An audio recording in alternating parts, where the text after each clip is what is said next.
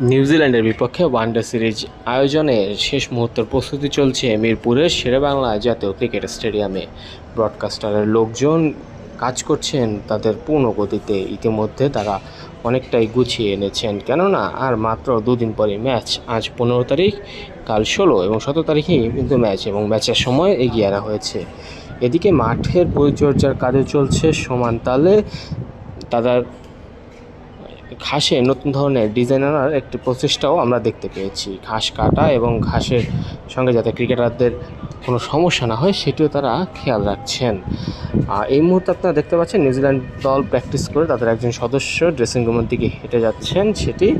আর যে উইকেটে খেলা হবে এবার ধারণা করা হচ্ছে স্পোর্টিং উইকেটই আনা হবে বাংলাদেশের এই সিরিজটির জন্য, কেননা এর আগের সিরিজে খুব দুর্দান্ত হয়েছিল সেই উইকেটটি। মিরপুরের এবারের উইকেট কি আগের মতোই হবে সেটি সময় বলে দেবে। ঘাস কেটে এই গ্রাউন্ডসম্যান ফিরছেন তার ডেরায়। মেশিনটি তীব্র রোদের মাঝেও প্রচণ্ড কষ্ট করছেন একটি সুন্দর মাঠ উপহার দেওয়ার জন্য।